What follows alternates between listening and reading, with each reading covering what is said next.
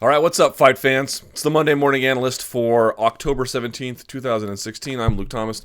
Thank you guys so much for watching. I really appreciate it. Well, last week I told you I'm not quite sure what we're going to do this weekend because we're in a bit of a break in terms of like the bigger shows in mixed martial arts. We don't exclusively follow just the big shows, but that's generally the core product. So I didn't know exactly what we were going to do this time. And then on Friday it happened. Mackenzie Dern had a great win at Legacy FC 61, a rear naked choke omoplata finish. A lot of people were calling it the Imanari choke. It's not quite exactly what it was. I'll talk about more of that in the second segment. But that's what we're going to do today. We're just going to look at Mackenzie Dern's incredible win. Now, it should be noted, she did miss weight. I think she came over like 3 pounds and some change over. She should have been for 115. She came in at 118 plus a little bit extra. So, okay, she missed weight. As I understand it, she was still doing some like BJJ stuff, like seminars and whatnot during her fight camp, which is a bit of a no-no. But I guess what I'm saying is I don't think that's going to be a lingering issue. I guess we'll have to see. But I have a lot of optimism for her career, not merely her ability in the cage, but to do all the kinds of other things that she needs to be a top professional. So without further ado, let's take a look at this. Mackenzie Dern's rear naked choke omoplata finish over Montana Stewart from Friday's Legacy FC 61 on Access TV. Take a look. Okay, so this was pretty incredible from Friday night. Mackenzie Dern, my judgment, the best jiu-jitsu player for females on the planet. Obviously in the conversation pound for pound too, I suppose, taking on Montana Stewart. Now, here's the funny thing about Montana Stewart.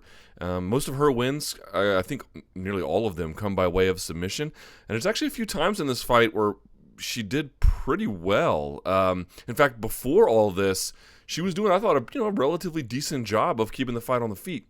The skill differential there is just a little too much for that to be usable over the course of 15 minutes. But, look, man, we're going to talk about how great Mackenzie Dern is here, and I'm perfectly okay with that. But, a little bit of a nod there to Montana Stewart, who was outmatched, but game as hell. All right, so here we go. 253 of round one. This is from Legacy FC 61. All right, first round. So what you're going to notice is she's going to do an inside trip. Now, often an inside trip would mean she would rotate almost this way, that you would bring your leg around, right? And then your hips would come into it. So this is, Pat Miltich called it an inside trip. It's not exactly inside trip. There's a judo name for it, and I'll just be honest, I don't know what it is. I have what I would say is a not even proficient knowledge of judo throw names. Seonagi, Horai Goshi, Uchimata, Taiotoshi. I've got a few of them down, but this one I don't know what the name is. But mechanically I can explain what's going on here. One, she's going to, it's almost like a knee tap, right? In the sense that she's going to drive up with one, and rather than blocking the knee, she's going to force this knee to sort of stay where it is, to plant, while she turns the shoulders and the weight over and around, right? So you'll see what she'll do is she'll what happens is she forces this leg, the right leg of Stewart, kind of comes back, and then she uses this to force her torso to turn like that. And you'll see how she gets forced onto that back leg, her weight comes over, and what you'll see is Dern drops her own weight while she cups the back of the elbow, yanks that down, drives it up, and turns her like that. That's what you see doing. Look at Mackenzie Dern's posture. See, if she was an inside trip, she would be landing kind of on top. It's not exactly what this is, but okay, whatever. She comes through, she hooks it, almost like if it was a knee tap, obviously the leg wouldn't be hooked and this hand would be down there, but it's mechanically relatively similar. So then she goes here, drops the weight, boom, and so you see what happens is she kind of lands face first, but Dern has this underhook here, and it's kind of to the side, and what you'll see is that Stewart just turns naturally. I mean, her body's being forced one way. She's doing this to relieve the pressure. Probably didn't want to get her back taken, said, might as well just take my chances facing my opposition. But you can see, look at this.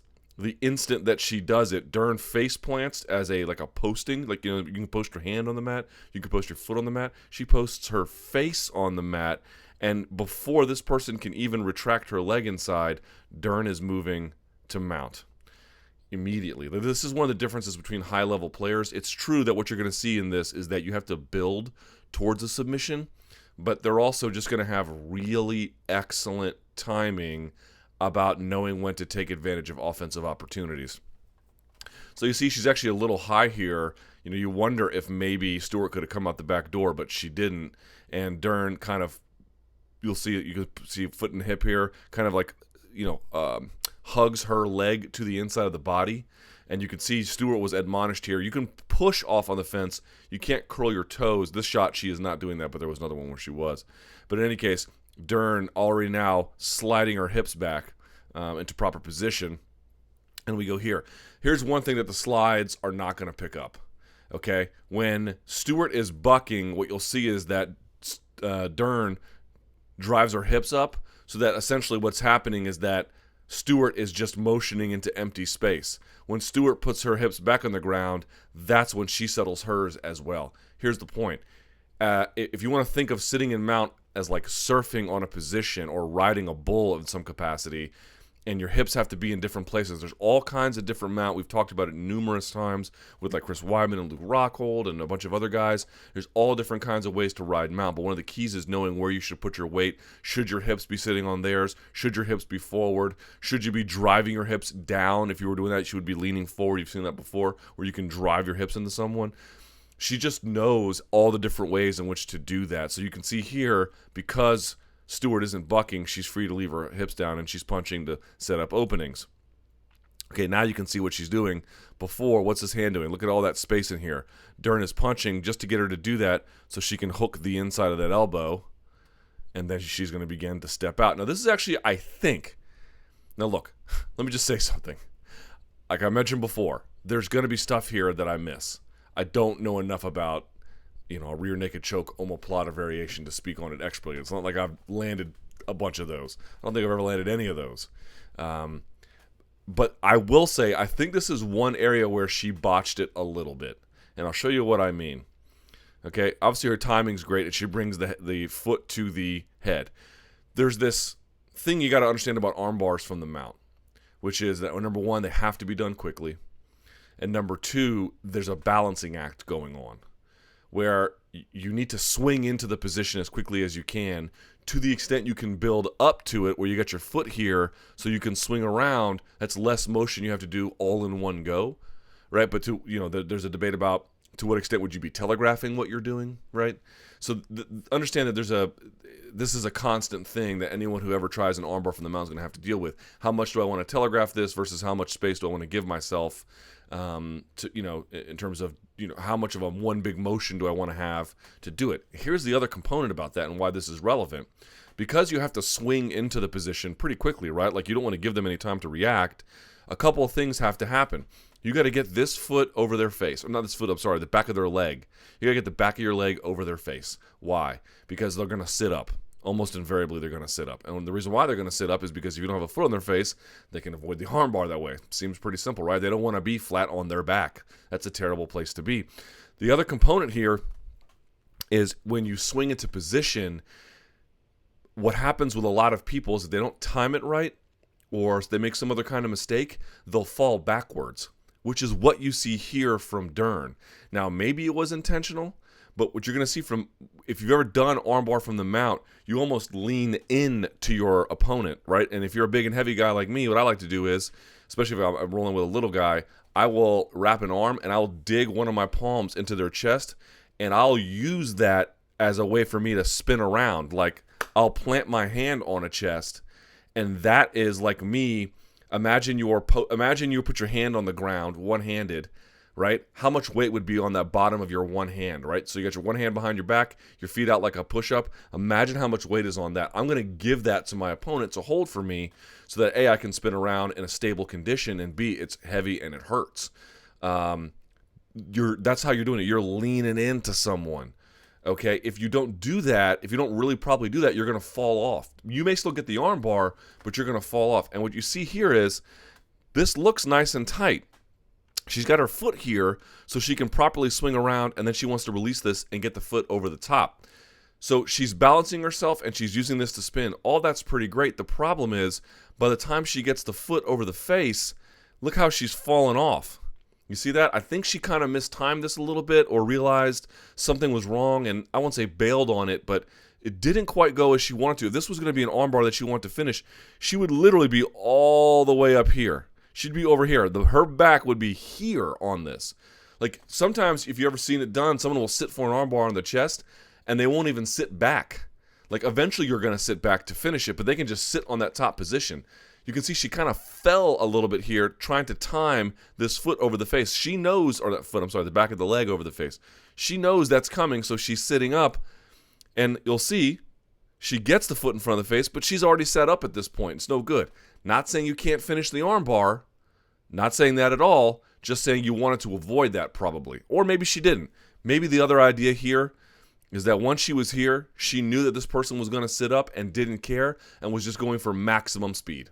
I'm going to go for maximum speed. That could very well be the case. Who am I to criticize Mackenzie Dern or even question anything she's doing? I'm just saying this, I have an open question about it. I don't know that falling backwards like that, again, if it was intentional, well, okay, it was intentional.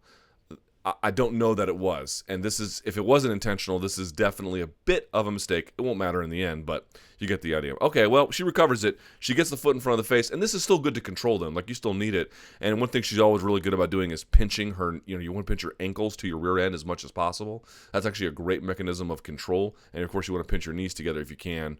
Not so much the biggest priority in this particular position, but you get the idea. Okay, so Stewart realizes she's in bad trouble, so where does Stewart need to go? She needs to jump around to the other side. And she doesn't do that, but she still gets there. So this is really weird. And Dern's going to want to roll through and then have her come back to her back again, right, so she can finish that armbar. Okay. So she gets to her side. This may look similar to Brad Pickett, Uri Alcantara. Remember that from the last week, I believe we did. So this will give, why is she on her side? Well, this will give her more position. From here, she can do more things. If she was just flat on her stomach, if she has to bail, she can recover guard.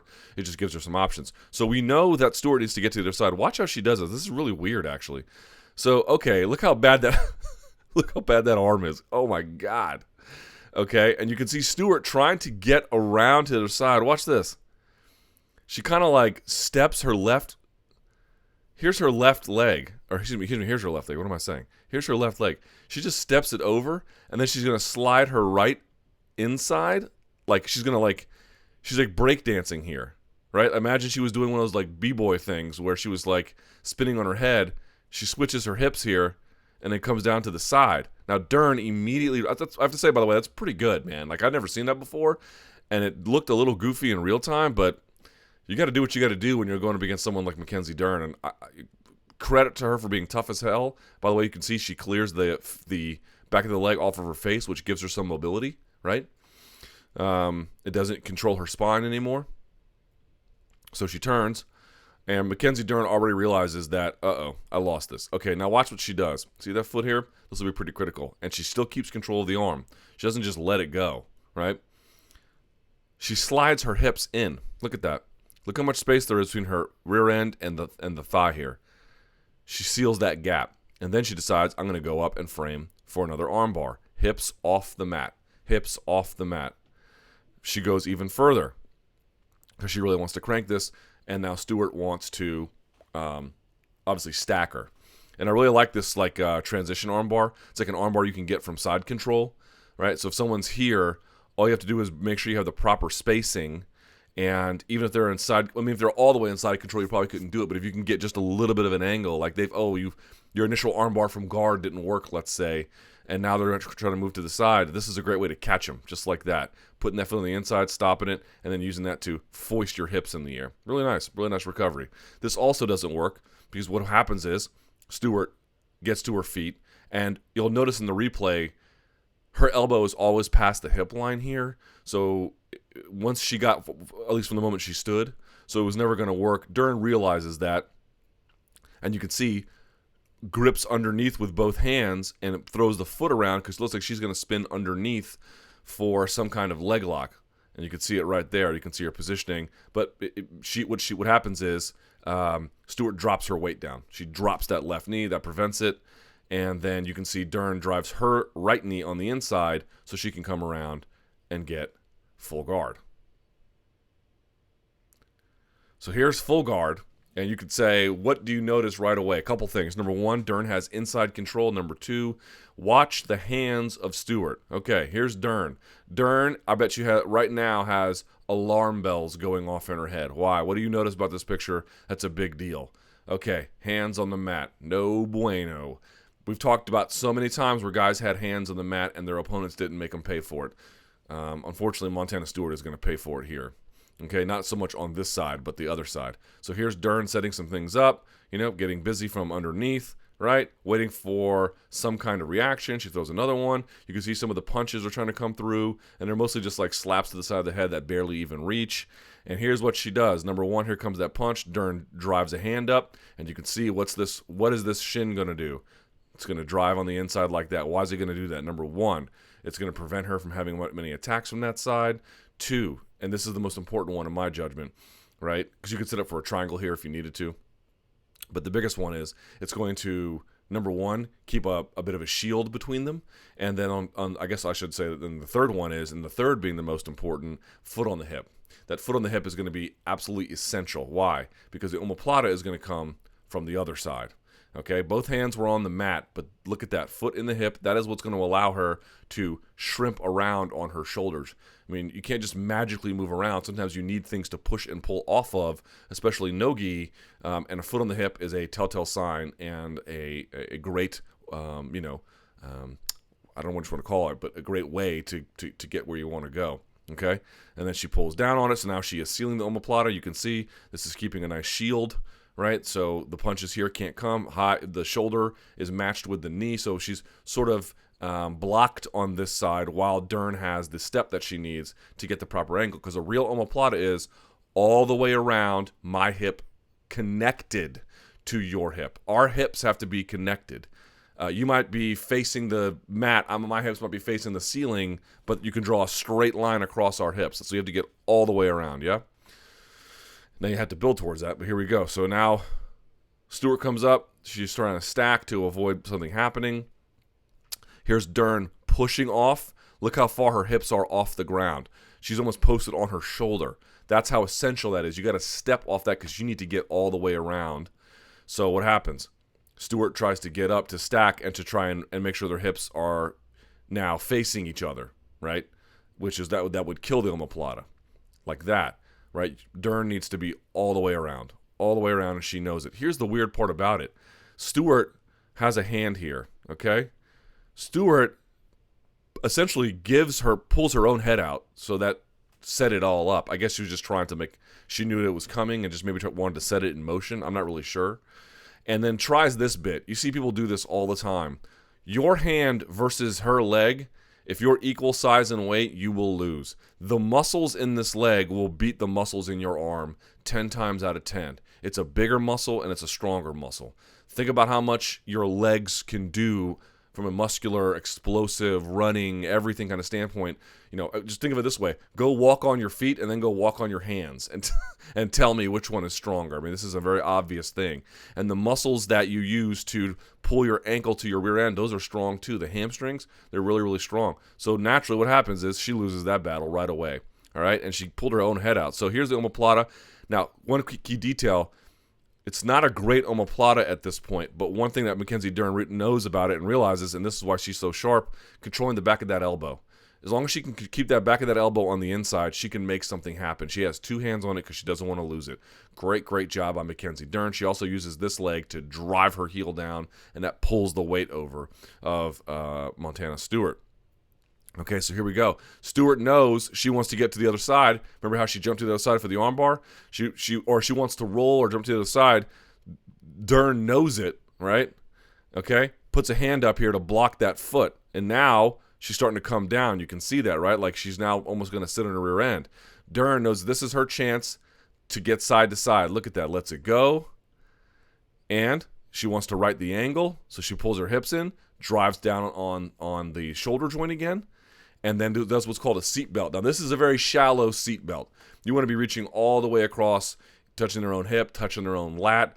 So Mackenzie Dern posts off this foot again, turns, and now that's a much better seat belt. Not quite exactly where you want to be, but a much better seat belt. And you can see what I mean when I say the hips are connected. This isn't, again, she would still have to get her hips out and around a little bit more, but this is what I'm talking about. Your hips might be facing the mat, Mackenzie's might be facing the ceiling, but they want to get them in a straight line. She's almost there. And this seat belt will prevent Stewart from rolling, which is where a lot of people want to do that to escape. It's a common one. You're going to roll off that inside shoulder.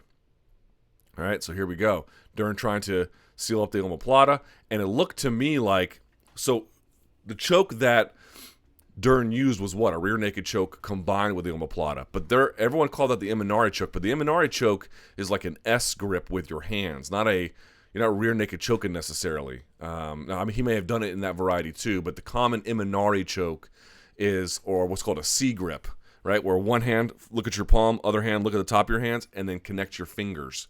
That's a C grip or an S grip. And you use that sometimes on the crown of the head or in the throat, and then you use the crank of the omoplata with that as a choke. Joe Rogan, I think, has a video about that, if I'm not mistaken. Here's another variety that I don't know that she was going for this, but you can do it. If you can get all the way around like this, Hobson Mura has a great choke from here. He goes underneath, and then almost with that other hand, it looks like a 3/4 stack, but it's actually a Darce choke from here. So rather than like trying to get your body to the right position to go get that throat, he just takes the path of least resistance. He brings the near side hand underneath, takes the other hand like a 3/4 stack, and then yanks in, and there's your Darce choke. So I thought she was going for that for a second, but she doesn't, and because I think she had to let it go because Stewart is on the move. All right, so here comes Stewart. Seatbelt still in place. You see that? This is going to prevent her from rolling. So here goes the roll. It's almost like a cartwheel that she tries to do. And you can see with her backhand, Mackenzie Dern is keeping the omoplata in place as she kind of slides around with one hand and uses the right hand to block. So with that left and her rear end, she's changing the angle, adjusting, and then the right hand is blocking. So you can see she comes around. See that? She's not just sitting on her rear end the whole way. She's going to use this to block that roll and then come out on top and sit through. So you can see she's actually rotating on her own axis here a little bit. Look at where she was facing before, right? She's almost facing the teeth of the Venom logo. Now look where she is. The Venom logo, she's rotated around. You see that? She didn't just stay in place. So two things going on there at once, but obviously that blocking arm being the biggest one. Well, now Stewart's in a much worse place. I mean, in some ways she's on her side, so the omoplata is not in as tight, but she has less options kind of doing that at the same time. Now, this is going to go from bad to worse for Stewart. Why? A couple reasons. One, Stewart is now going to go belly down. That's one bad part. The other bad part is when you get an omoplata, what you want is you want to have your legs tucked behind you as much as possible, right? That's how you're going to finish one, is if they're flat on their stomach, you get your, let's say I'm hooking their left arm with my right leg, right? Something like this. I'm using their left arm on my right leg. I want to get my right leg tucked behind me as much as possible. Now, she's still wrestling here, so she can't do it, but you can see, rather than having her legs out in front of her, she's starting to sit up and then tuck them behind her, okay? And automatically, as soon as she starts to go belly down, Dern is reaching that hand over the throat. Then she comes up and reaches another one behind the throat. And you can see her right leg now is basically beginning to get behind her, slowly but surely. This is very, very bad for Montana Stewart. Now you're wondering, what's happening here? Well, she's flipping her. Let's figure out why she's flipping her. It's not Stewart doing this. Look at that arm, by the way. It's Dern doing this. Why is Dern doing this? Well, a couple of reasons. The first one is now, instead of just trying to move your hands underneath someone's throat and you're working against the floor, now she has open space here.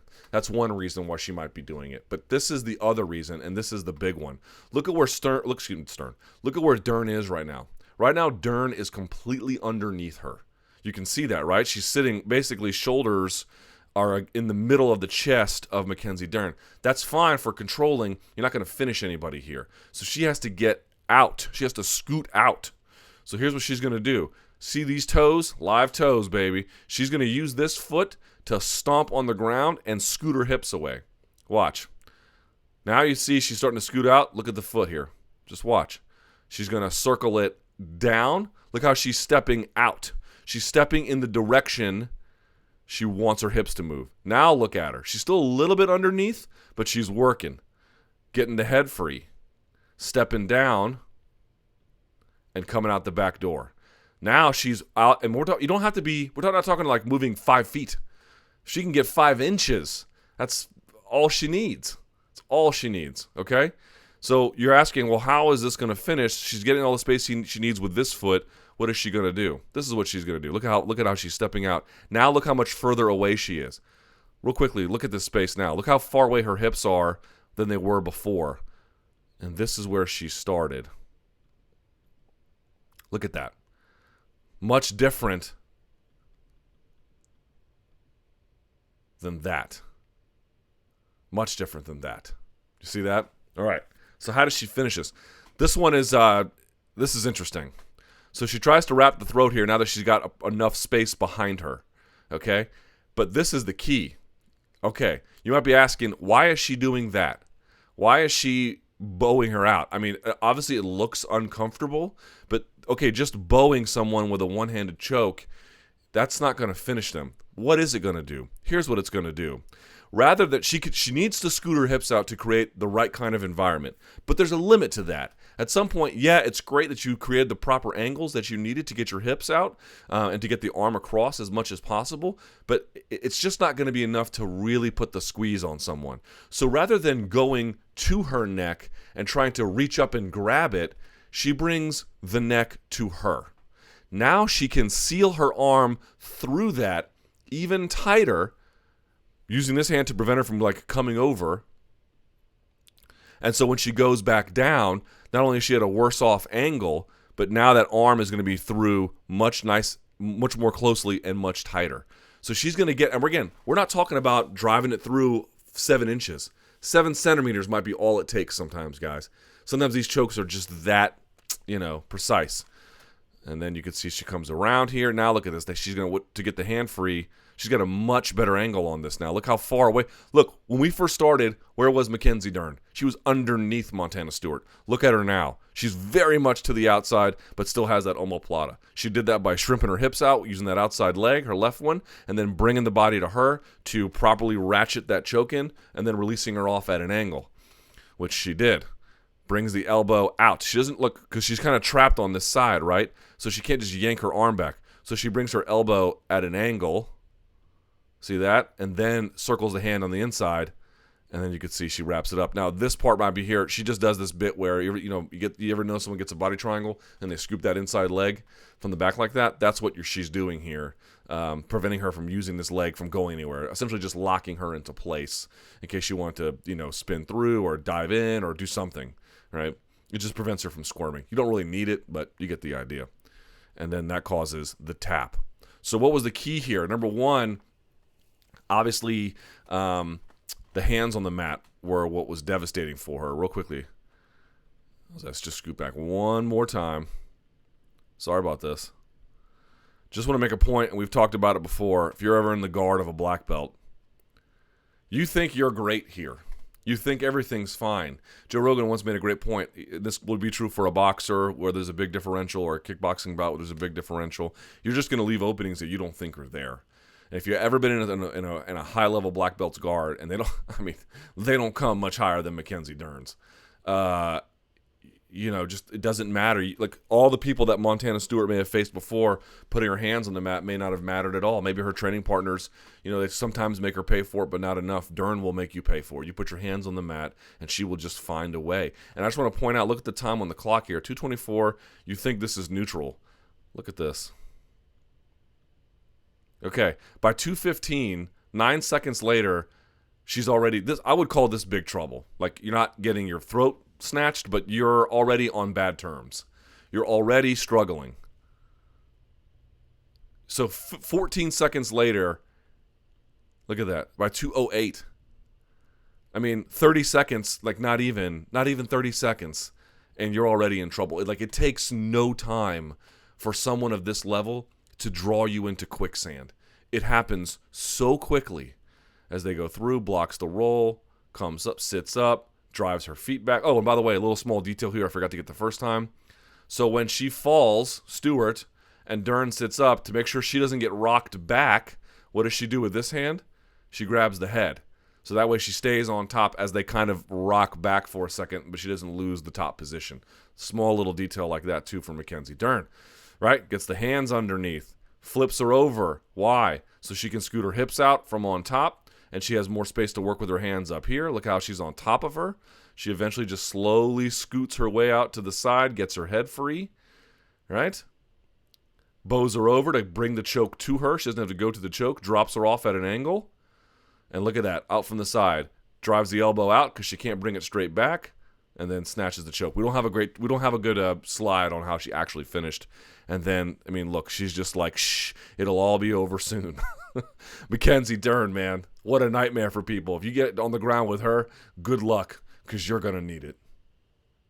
And last but not least, let's take a look at what's coming up ahead. Again, we don't have a UFC event until the RDA versus Ferguson fight, but this Friday is going to be Bellator 162. Not the most amazing card in the world, but some notable names, headlined by the return of the Storm. Alexander Shlemenko is back after winning his battle with the California State Athletic Commission to an extent versus Kendall Grove. Bobby Lashley is back, taking on Josh Appelt. Hisaki Kato, remember him, is going to face AJ Matthews. Ryan Couture is back. He's taking on Goichi Yamauchi. Yamauchi, by the way, has also hit one of these, what they call Imanari chokes as well, the sort of choke plus omoplata finish. He had one in Bellator previously. Ricky Rainey's taking on Gilbert Smith, and it's the pro debut of Kimbo Slice Jr. That will not happen on Spike TV. That will be for free on the Spike.com prelims, although I suspect they'll make the fights available on Spike.com the next day, as they always do. Okay, so I bet we'll look at that, but if there's anything else you want to take a look at, please email me at luke.thomas@sbnation.com. Hope you guys enjoyed this. Please like it and share it with all your friends. You'd be an unbelievably generous saint to do so, and of course, I'd be very appreciative. Thank you guys so much. Until next time, enjoy the fights.